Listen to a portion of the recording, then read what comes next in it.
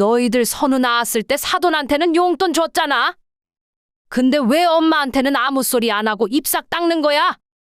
엄마는 용돈 필요 없잖아. 무슨 용돈 이야기를 하고 그래? 내가 애도 다 봐주는데 이런 말도 못하니? 엄마가 딸 도와주는 건 당연한 일이지. 돈을 바라고 한 일은 아니잖아. 자그마치 5달이다. 5달이나 일 시키고 부려먹었으면서 성의 표시는 해야지. 왜 너희 시댁이랑 나랑 차별해? 차별이라니, 엄마 진짜 유치하게 이럴 거야? 돈까지 줄 거라면 내가 그냥 사람 쓰고 말았지. 엄마한테 도와달란 부탁을 했겠어? 그럼 나는 공짜로 부려먹을 수 있겠다 싶으니까 도와달라고 한 거야. 무슨 말을 또 그렇게까지 해? 나한테 너희 시모 밥까지 차리게 해놓고 진짜 너무하다고 생각 안 하니? 엄마 진짜 갑자기 왜 이래? 이번에 시어머니 오셔서 밥 좀 차려달라 했다고 이러는 거야? 오늘 이야기 속의 주인공은 61세 김 씨와 그녀의 딸 그리고 사위에 대한 사연입니다.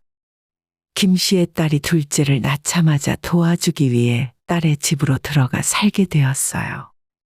세상에 어느 부모가 딸이 혼자 고생하는 걸 모르는 척 할 수 있겠습니까?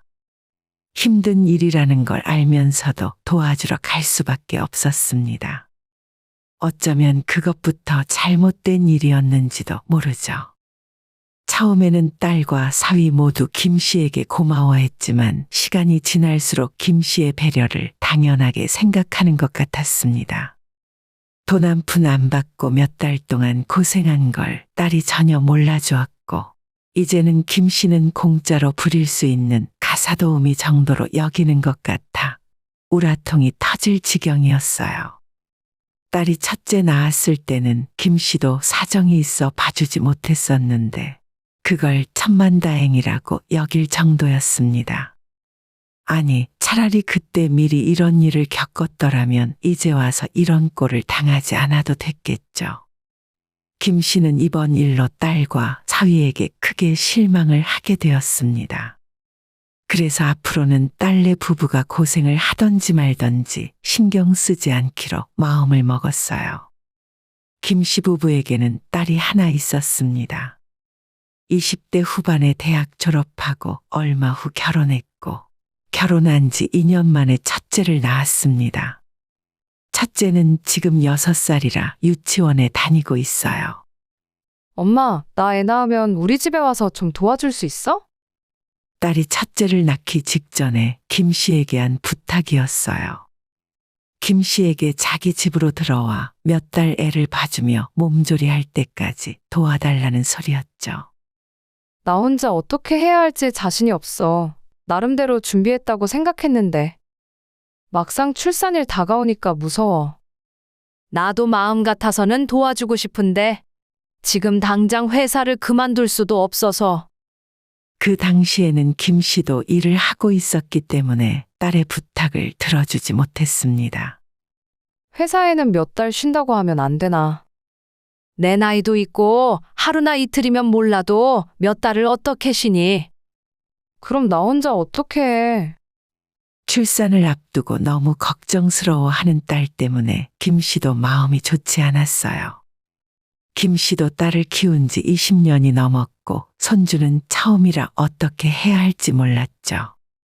옛날에는 아이를 낳으면 엄마 혼자 아이를 키우는 게 당연했지만 요즘은 세상이 많이 달라진 것을 알고는 있었어요. 육아도 문제였지만 몸조리 잘못하면 평생 고생하는 것도 걱정이었죠. 그럼 너희 시모한테 한번 부탁을 해봐. 우리 시어머니? 그래, 일도 안 하시니까 바쁜 일 없으시잖아. 그게 그렇긴 한데 어머님이 집에 와 계시면 내가 편하게 쉴 수 있겠어? 차라리 혼자 보는 게 낫지. 그럼 어쩔 수 없네. 몇 달만이라도 애 봐주고 집안일 해줄 사람을 고용해야지. 일단 기다려봐라. 너희 아빠랑 상의하고 연락을 해줄게. 돕고는 싶지만 당장 도울 수 있는 방법이 없어서 남편과 상의 끝에 매달 150만 원씩 석 달 동안 도우미 구하는 비용의 일부라도 도와주기로 했습니다. 하지만 막상 딸이 산후조리원을 나올 때가 되자 사돈이 딸의 몸조리를 하겠다고 나섰어요. 그때는 이미 김 씨와 남편이 딸에게 450만 원을 보낸 뒤였습니다. 너희 시어머니한테 안 맡기겠다며? 나도 그러려고 했는데 어머님이 완전 막무가내야. 그냥 사람 쓰기로 했다고 하지. 친정엄마가 비용 부담해준다 했다 하고. 벌써 그렇게 말했지. 근데 어머님이 뭐하러 돈 아깝게 남한테 그 돈을 주냐고 차라리 자기한테 달라고 하셨어. 뭐? 김 씨가 듣기에 정말 어처구니가 없는 소리였습니다. 그래서 그냥 그렇게 하기로 했어. 아니, 그건 좀 아니지 않니? 그럼 어떡해. 어머님이 당장이라도 짐 싸서 오시겠다고 하는데. 딸이 편하게 몸조리 하라고 보내준 돈이었는데 고스란히 사돈 주머니로 들어갔어요. 그래도 고생을 하니까 대가는 주어야 하는 게 맞지만 뭔가 기분이 묘하더라고요. 딸이 조리원에서 나오자마자 사돈은 짐을 싸서 딸의 집으로 들어갔습니다. 그리고 매일 밤 김 씨는 힘들다고 울며 불며 하소연하는 딸의 전화를 받아야 했어요. 육아와 살림도 해주고 딸의 몸조리도 해준다며 찾아온 사돈은 낮에 잠깐 아기 기저귀나 분유 몇 번 타주는 것이 전부였고 밥을 하거나 청소 빨래 같은 집안일은 전부 딸을 시키는 모양이었어요. 사위는 아침에 회사에 출근해 버리면 집에서 벌어지는 일에는 신경을 쓰지 않았고 하루 종일 시어머니와 있는 딸이 힘든 것은 당연한 일이었습니다. 그리고 겨우 한 달 만에 사돈은 김 씨의 딸이 몸이 다 풀린 것 같다며 집으로 돌아가 버렸죠. 이제 너 혼자 다 한다고? 사돈은 어디 가고? 어머님은 지난 주말에 짐 싸서 돌아가셨어. 이제 나보고 알아서 하래. 차라리 잘 됐지 뭐. 어차피 우리 집에 있어봤자 도움은 안 되고 더 불편하기만 해. 그럼 이제 돈 주고 제대로 된 사람 써. 김 씨는 본인이 보내준 돈으로 육아 도움이라도 부르라고 했지만 이미 딸은 자기 시어머니에게 450만 원을 전부 주었다고 말했습니다. 뭐? 그 돈을 왜 한 번에 다 줘? 한 달만 하고 돌아갔으니까 나머지는 다시 돌려달라고 해. 그걸 어떻게 말해. 다른 사람도 아니고 시어머니인데. 윤서방한테 말해달라고 하면 안 돼? 남편이라고 자기 엄마한테 그런 소리 할 수 있겠어? 그냥 싸우자는 소리지. 김 씨도 한숨을 쉬었지만 딸의 상황도 이해가 가긴 했어요. 자기 시어머니랑 싸우라는 소리와 다를 바가 없었으니까요. 그러게 엄마가 처음부터 봐줬으면 좋잖아. 결국 김 씨는 돈은 돈대로 잃고 딸에게 원망은 원망대로 들어야 했습니다. 첫째 때 워낙 힘들었기 때문에 둘째는 낳을 계획 없다고 했던 딸이었어요. 그 말처럼 몇 년 동안 둘째 소식은 없었습니다.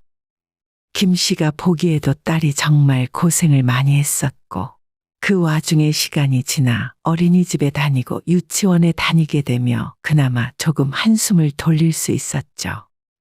딸은 맞벌이를 했기 때문에 아이를 어느 정도 키워놓고 난 후엔 회사에 복직을 해야만 했었고 그래서 바쁜 날엔 김 씨가 가끔씩 손자를 봐주기도 했어요. 그러던 어느 날 딸에게 둘째가 생겼다는 소식을 들었습니다.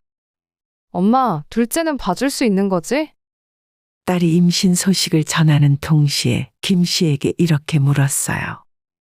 2년 전에 다니던 회사를 그만두고 일을 하지 않고 있었기 때문에 하는 말이었죠. 첫째 때 내가 얼마나 고생했는지 알지? 이번에는 엄마가 꼭 도와줘야 해. 김 씨가 그 일을 잊을 수 있을 리가 없었죠. 그리고 남편도 자신 걱정은 하지 말고 아예 몇 달 딸의 집에서 지내며 적극적으로 도와주라고 등을 떠밀었어요. 하지만 사돈과는 달리 딸에게 수고비 이야기는 일절 꺼내지 않았습니다. 안사돈이 받아갔던 450만 원을 생각하면 딸이나 사위가 먼저 돈 이야기를 해야 하는 게 아닐까 싶은 마음도 있었어요. 김 씨가 남편에게 고민을 털어놓았을 때 남편은 무슨 딸한테 돈을 받냐며 그냥 좋은 마음으로 도와주라고 말했죠. 딸도 전혀 돈 이야기를 꺼내지 않는 걸 보니 줄 마음이 없어 보였어요. 김 씨의 도움은 딸이 출산을 위해 병원에 입원을 했을 때부터 시작되었습니다. 딸이 자리를 비우니 첫째를 유치원 보내고 학교하면 챙겨줘야 했고 병원과 집을 왔다 갔다 하는 사위도 있으니 밥을 챙겨주어야 했어요. 며칠 후 둘째를 낳았고 딸은 바로 산후조리원에 2주 동안 들어간 사이에 그때도 집안일이나 첫째 그리고 사위 챙기는 일은 모두 김 씨의 몫이었습니다. 첫째 손주는 그래도 어느 정도 말귀도 알아듣고 생각보다 힘들진 않았지만 사위가 집에 올 때마다 불편했어요. 사위 밥상을 대충 차려줄 수도 없으니 매번 새로 국을 끓이고 반찬을 만들어주느라 김 씨도 고생이 이만저만 아니었습니다. 딸이 조리원에 들어간 지 일주일 정도가 지났을 때 갑자기 문을 열고 사위와 함께 사돈이 집으로 들어왔어요. 잘 지내셨어요? 아, 네, 오랜만이네요. 김 씨는 뜻밖의 사돈을 보고 당황할 수밖에 없었습니다. 애들 엄마가 장모님한테 미리 말씀을 안 드렸나 보네요. 오늘 저희 엄마가 우리 집에서 하루 자고 가실 거예요. 그래? 그럼 내가 오늘은 집에 가서 자야겠네. 네, 그러시면 좋죠. 사위의 말은 빨리 김 씨에게 나가라는 소리였고 저녁 9시가 넘은 시간에 김 씨는 짐을 챙겨 딸의 집을 빠져나오게 되었어요.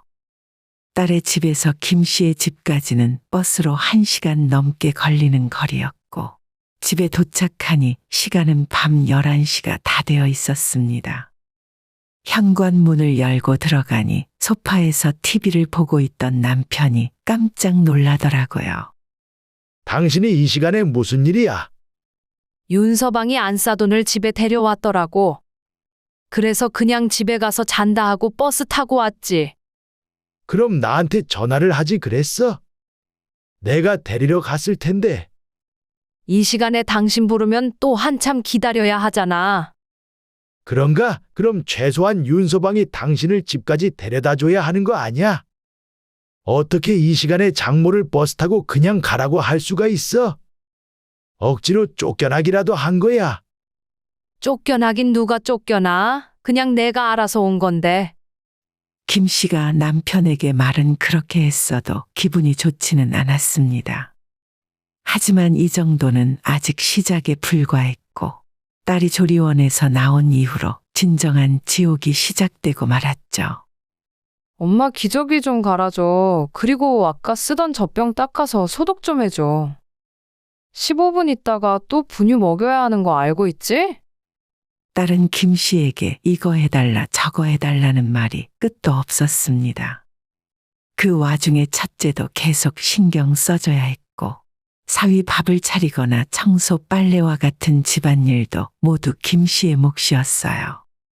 낮에는 하루 종일 집안일과 육아를 했고 새벽에는 잠을 자지 않는 둘째 손주 때문에 김 씨는 거의 잠도 못 잤어요. 사위는 아침에 출근해야 한다고 육아는 신경 쓰지 않았고 딸도 대부분의 육아를 김 씨에게 해달라고 시키기만 하고 있었습니다. 아예 김 씨의 방에서 둘째를 데리고 잠을 자곤 했죠. 딸을 편하게 하려고 김 씨가 도와주러 온 것이었지만 이제는 김 씨가 너무 힘들어 쓰러지기 일보 직전이었습니다. 낮에도 종일 할 일이 있으니 쉬질 못했는데 새벽엔 잠도 부족하니 시간이 지날수록 김 씨의 안색은 점점 나빠졌어요.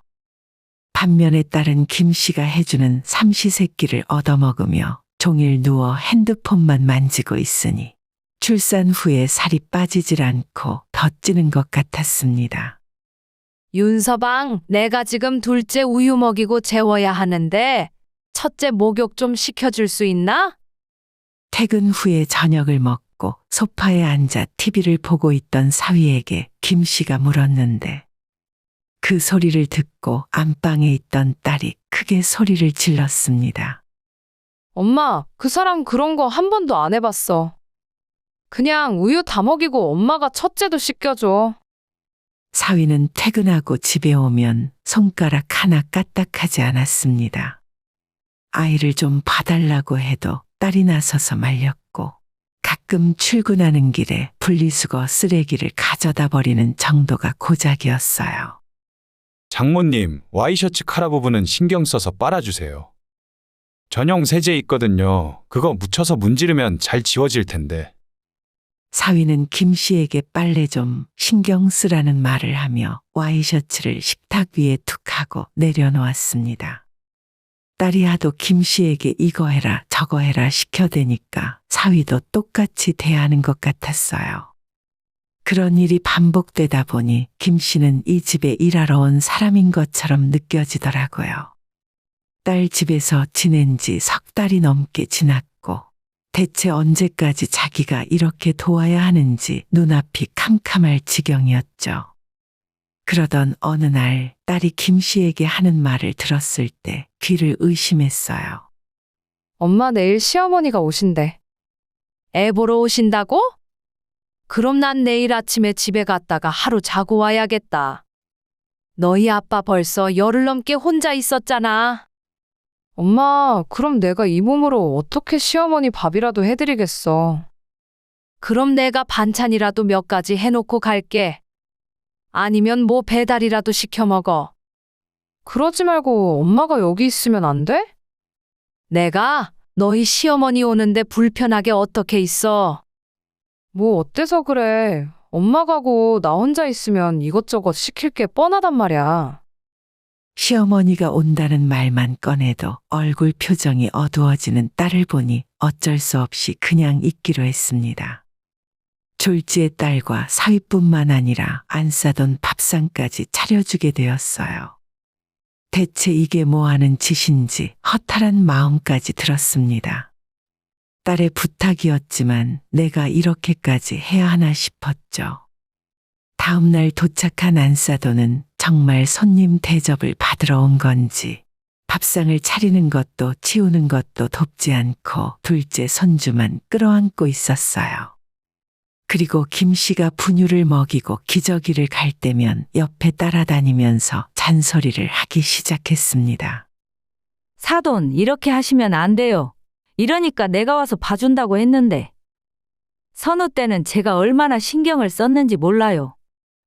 기껏 한 달 있다가 돈만 받고 돌아가 놓고 혼자 다 키운 척을 했습니다.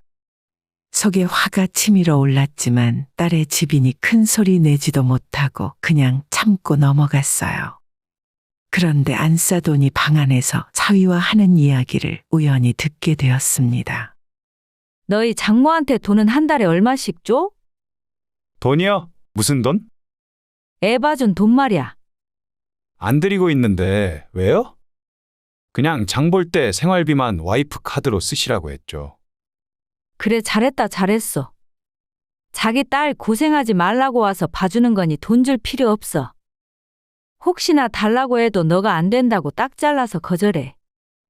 못하겠다고 하면 내가 와서 봐줄 테니까 알겠지? 그 말에 사위가 대답을 하진 않았지만 그래도 아무런 대꾸를 하지 않는 것도 마음에 걸렸어요. 사위와 사돈이 이렇게 뒷이야기를 하고 있다는 것이 무척이나 기분이 나빴습니다. 김 씨도 할 말이 없어서 돈을 안 받는 것이 아니었어요. 사돈의 말대로 내 딸 도와주러 와서 돈 이야기를 꺼내는 것이 치사하게 느껴졌죠. 그런데 딸은 그렇다 치더라도 사위는 김 씨에게 약간의 용돈이라도 챙겨주려는 마음은 있어야 할 거 아닌가 싶었습니다. 처음부터 이랬으니 안싸돈이 뭐라 해서 그런 건 아니었어요. 얼마 후 안싸돈이 돌아간 뒤에 김 씨가 딸에게 조용히 물었습니다. 너희들 선우 낳았을 때 사돈한테는 용돈 줬잖아. 근데 왜 엄마한테는 아무 소리 안 해? 그냥 이렇게 입싹 닦는 거야? 돈? 엄마는 용돈 필요 없잖아. 이제 와서 무슨 용돈 이야기를 하고 그래. 무조건 받아내겠다는 생각보다는 반농담식으로 말을 해본 건데 딸은 정색을 하며 대답했어요. 대체 돈을 왜 주냐는 딸의 말이 김 씨의 마음을 후벼 파는 듯 했습니다. 내가 너희 애도 다 봐주는데 이런 말도 못하니? 엄마가 딸 도와주는 건 당연한 일이지. 돈을 바라고 한 일은 아니잖아. 자그마치 5달이다. 5달이나 일 시키고 부려먹었으면서 성의 표시는 해야지. 왜 너희 시댁이랑 나랑 차별해? 차별이라니, 엄마 진짜 유치하게 이럴 거야? 돈까지 줄 거라면 내가 그냥 사람 쓰고 말았지. 엄마한테 도와달란 부탁을 했겠어? 그럼 나는 공짜로 부려먹을 수 있겠다 싶으니까 도와달라고 한 거야. 무슨 말을 또 그렇게까지 해? 나한테 너희 시모 밥까지 차리게 해놓고 진짜 너무하다고 생각 안 하니? 내가 너희 집 식모야? 집안일 해주는 사람이야? 김 씨가 점점 언성이 높아지자 딸도 화를 버럭 내버렸어요. 엄마 진짜 갑자기 왜 이래? 이번에 시어머니 오셔서 밥 좀 차려달라 했다고 이러는 거야? 이대로는 딸과 싸울 것 같아 일단 마음을 가라앉혔습니다. 딸도 더 이상 김 씨와 대화를 나누고 싶진 않았는지 안방으로 들어가 문을 닫아버렸죠. 딸과는 냉전 상태가 되어 대화도 거의 나누지 않았고 며칠 지났을 때 딸에게 집에 가서 하루 자고 오겠다고 말했어요. 내일 엄마 집에 갔다 올게. 알겠어. 안 그래도 잘 됐네. 내일 시어머니랑 시아버지 오신다고 했거든.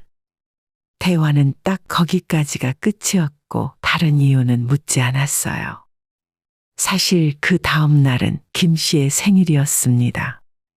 딸은 김 씨의 생일을 기억에서 완전히 지운 것 같았고 이제는 서운함을 넘어 딸이 미워지는 지경이었죠.